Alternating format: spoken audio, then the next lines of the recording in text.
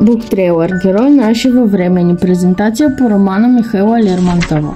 О книги. Герой нашего времени – это роман, который стал портретом целого поколения. Лермонтов показал противоречивого героя, который ищет смысл жизни, но остается одиноким.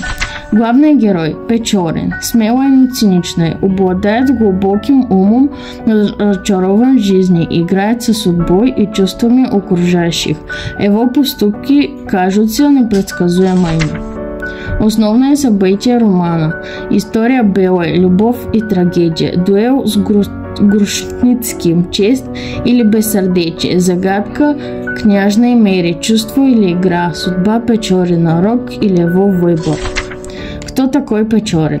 Герой своего времени или вечный образ. Печорин – типичный личный человек своего века, но его внутренние противоречия актуальны и сегодня. Жертва судьбы или сам виновник своей трагедии. Он сам управляет своей судьбой, но его поступки ведут к одиночеству и трагедии. Почему стоит прочитать роман? Одна из самых глубоких психологических книг в русской литературе. Актуальная тема – одиночество, судьба, поиск смысла жизни. Печорин – герой не только своего времени, но и нашего. Спасибо за внимание.